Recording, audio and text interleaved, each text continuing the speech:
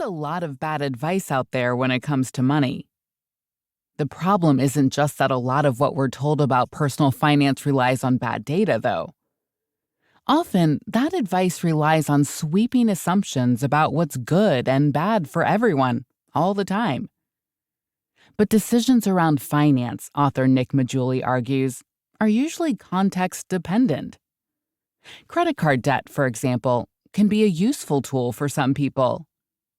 Seemingly frivolous expenses, like buying coffee out, really can be a waste of money in some cases. In others, though, those spending decisions can contribute to a fulfilling life. It's the same with saving. How much money should you hold on to? It really depends on how much you're making. As we'll see in this blink, you can only really make informed calls on these issues when you know more about the person making them. It's a simple message, but it's one that's well worth hearing. The thing about all that bad advice is that it doesn't just fail to help you manage your finances. It's also often the source of guilt, stress, and anxiety. So let's take a different approach. One that's grounded in life's messy realities, not some wishful idea of how things ought to be. One that actually helps you. Before we begin, we publish new content every week, so be sure to subscribe to our channel and ring the bell to get notified about the latest extracts. Our videos can be a bit longer sometimes because we never compromise on the content of the book and video. Therefore, it's important to watch the video till the end. Let's get started. We're going to be talking about money in this blink. But our journey doesn't start on Wall Street or the trading floors of London and Frankfurt. Our first stop is southern Alaska. We're in the world's largest temperate rainforest. Anglers prize this area for its clear streams, which are filled with large, trout-like fish known as Dolly Vardenchar. These Pacific streams contain little sustenance until the early summer. That's when salmon laden with eggs arrive. Char love these eggs, and what follows is a months-long feeding frenzy. But then the salmon leave. The streams once again become a food desert. For years, biologists couldn't figure it out. There just weren't enough calories to support so many char year-round. Yet there they were, month after month, hundreds and thousands of thriving fish. So how does it work? The answer is phenotypic plasticity, a species' ability to adapt its physical form to suit its environment. Dolly Vardenchar shrink their digestive organs and slow their metabolism when there's little food. When the salmon arrive, by contrast, those organs double in size and their metabolism speeds back up. Okay, so what's that got to do with finance? Quite a lot, actually. Adapting your behavior to your environment also holds the key to saving. Let's break that down. Google the question, "How much should I save?" and you'll get 150,000 hits with very precise answers. You should save 20% of your income, one self-proclaimed expert claims. No, another says, you should have 3 times your income saved by the age of 40. All those answers share the same assumption. Namely, that everyone has the same ability to save. That's just not true, though. As economists point out, the biggest detriment of savings is income.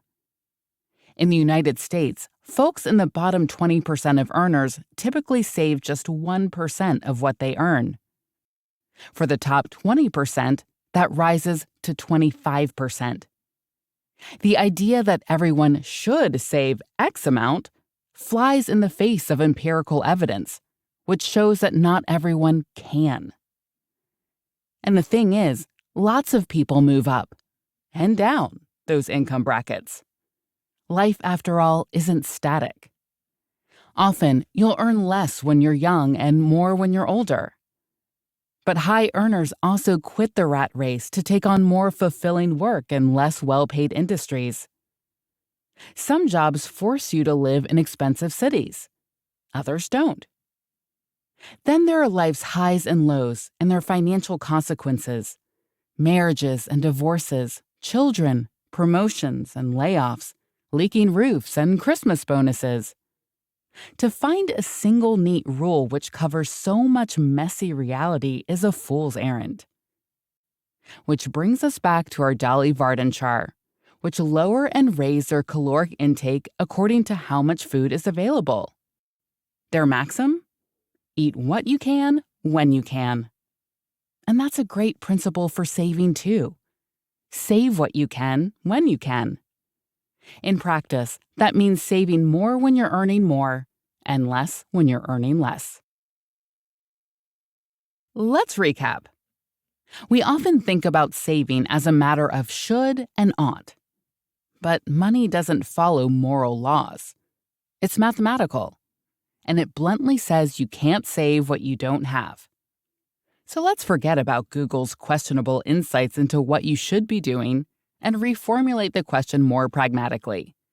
Where are you financially? What can you save right now? To find out, you'll need to open the books and take a closer look at your money. Accounting is a famously double-sided thing. One column records money in, the other records money out. Add up everything in the first column and then subtract the amount in the second. There's your answer. Savings, in other words, equals income minus spending. The first column is easy. It's the number on your paycheck. Outgoings are a bit trickier. The standard advice is to keep track of every cent you spend. If you've tried and failed to do that, you're in good company. Even the author can't do it. Fixed expenses like rent or mortgage payments and monthly utility bills are easy. They don't change much. But keeping track of fluctuating expenses is harder. So here's how to simplify things. Find your fixed costs and estimate the rest. Take groceries.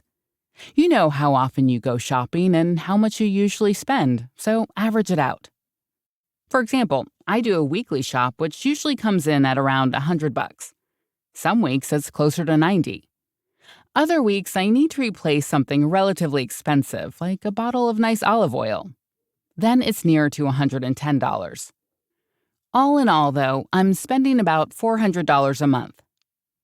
Now apply that to all your expenses. What on average do you spend on going out? On coffee before work? On drinks after work? On fuel or train tickets? On books or movies or your hobby? Once it's down on paper, complete the equation. Say you're taking home $4,000 after tax and spend $3,000 on bills and variable expenses. That leaves $1,000. That's how much you can save. Is the number you're left with enough, though? Again, it depends. The general rule of thumb is that you'll need 25 times your annual expenditure to retire, which is what most of your savings are for. But how that looks in practice comes down to lifestyle. If you're used to regular foreign travel and a busy social life in an affluent area with high prices, you won't want to give those things up. That means you'll need more than someone who doesn't do or have those things. But let's say it's not enough. What then? There are two answers. The first, which happens to be the right one, is the blunt mathematical answer. You need to grow your income, to earn more. That's a painful realization, which is probably why so much mainstream financial advice focuses on the second answer, gutting your quality of life to save more right now. But that's a recipe for misery. The reason you can't save yourself rich is simple. You run out of things to cut back on fairly quickly. Put differently, there are hard limits to saving. What about growing your income, though? There are limits here, but they're a long way off. If you're earning $10,000 an hour, it might not make sense to grow your income any further. You're already set financially, and you might value free time more than the extra money you could be earning if you worked more. Similarly, high earners might forego raises if that extra money is taxed at a very high rate. In most cases, and for most people though, growing your income is a way to go. The question is how? The author's answer is in the book's title. But before we get to that, let's talk horses. More specifically, racing horses. One of the horse racing world's greatest stars is a man called Jeff Sater. For years, Sater looked at all sorts of criteria before buying horses. He'd check their pedigree and measure their nostril size, or the weight of their excrement, or the density of their muscle fiber. But nothing correlated with racing performance. So Sater tried something different. He measured horses' heart size, particularly the size of their left ventricles. Bingo. Finally, he'd found a reliable predictor of a racing success. He bought more horses with larger left ventricles and won more races. Sometimes a single piece of accurate information can help us understand a complex system, like the relationship between a horse's biology and its ability to win races, or the best way to grow your income in volatile financial markets. Here's how Warren Buffett summarizes that single piece of information. Most stock markets go up most of the time. He has a point. During the 20th century, the United States went through 2 world wars, the Depression, a dozen recessions, an oil shock, and a flu epidemic. But the Dow Jones, a measurement of the value of stocks, rose by 160,000%. That's after inflation, by the way. So what's the takeaway? Here's the author's view. The only investment advice worth following is to just keep buying. Averaged out over decades, it's much harder to lose than it is to win. Even famously sluggish markets like the Japanese stock market reward this philosophy. Japanese stocks hit their peak in '89 and still haven't recovered that level. If you'd made a one-off investment of $1,000 back then, you'd have $690 today. But if you'd invested $1,000 every year between 1989 and 2022, your $33,000 investment would have grown to $59,000. That's not a great return, but it's more than you'd have if you'd let inflation eat away at your cash savings. Of course, you don't have to wed yourself to a single market. As we said, most markets go up. What you really want to do is spread your investments. For example, by buying into an index of global companies operating in multiple markets. We're not going to get into the technicalities of how to do that here. That's something you're better off discussing with your financial advisor. What's worth remembering, though, is that historically, the line trends upwards. Hitch your money to that line, and you'll grow your income. In the world's deserts, there are 2 kinds of flowering plants: annuals and perennials. Annuals grow, reproduce, and die over a single season, while perennials live for any number of years. Desert-dwelling annuals do something strange, though. Each year, a portion of their seeds fail to germinate. That's true even when the conditions are perfect for sprouting. At first glance, that doesn't make a lot of sense. This is a harsh environment in which the survival of a species is anything but a given, after all. Why would a plant pass up an opportunity to reproduce? It comes down to water, or the lack of it. Growing plants need water, but there's not a lot of rain in the desert. Worse, what little rain there is falls at highly irregular intervals. If every seed sprouted simultaneously, a single drought would kill a plant's entire offspring and wipe out its lineage. So here's the evolutionary play. Seeds are kept back to sprout later, increasing the chance that some of these plants' early growth will coincide with one of those rare rainstorms. In finance, there's a name for this kind of strategy, the kind that's designed to prevent catastrophic wipeouts in case the future turns out badly. It's called bet hedging. Often, it involves a trade-off. For our annuals, keeping seeds back means giving up territory to competitors. But foregoing the short-term reward of territorial expansion isn't as valuable as the long-term reward of reproduction.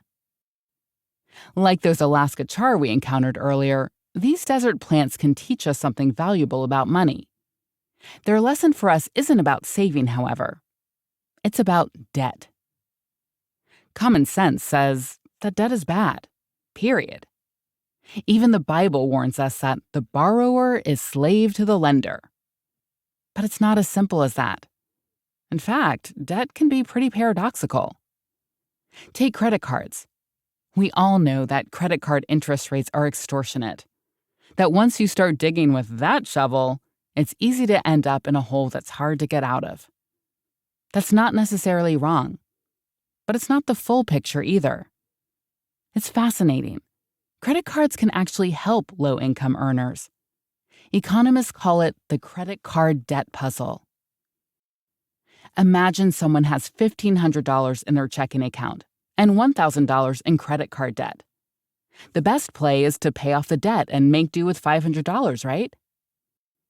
Let's return to our annuals. At first, their behavior seems irrational.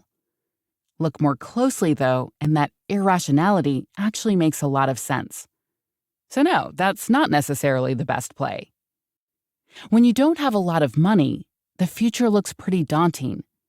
One drought, one spot of bad luck, and you'll be wiped out financially. Your paycheck can't handle emergencies. If the car that gets you to work breaks down, you won't have enough cash on hand to get it fixed. Disaster. You also know that your credit rating isn't great, so finding a loan isn't going to be easy either. So what do? Well, you keep paying those extortionate interest rates to preserve your future access to credit. You keep some seeds back. You hedge your bets. You ensure financial survival. That goes to show that debt isn't really good or bad. It's a tool that can be used or abused. It all comes down to context. The real question then is this: does debt help you achieve your goals? The cool, calculating, rational agents of economics textbooks are a myth. Real humans are messy, impulsive, more likely to follow the crowd or the hidden logic of the subconscious than reason. That means we can't really talk about money in the abstract. We also have to look at its psychological impact, at how it makes us feel, which often enough is miserable. Take it from the American Psychological Association, which has been running an annual survey since 2007, which identifies the main stressors in Americans' lives. The topic that tops the list each year? Money. A 2018 study by Northwestern Mutual, meanwhile, found that half of all Americans experience high levels of anxiety around savings. And that anxiety appears to affect everyone, regardless of income. Another survey found that 20% of investors worth between $5 and $25 million were also worried about not saving enough. What explains this epidemic of stress around savings?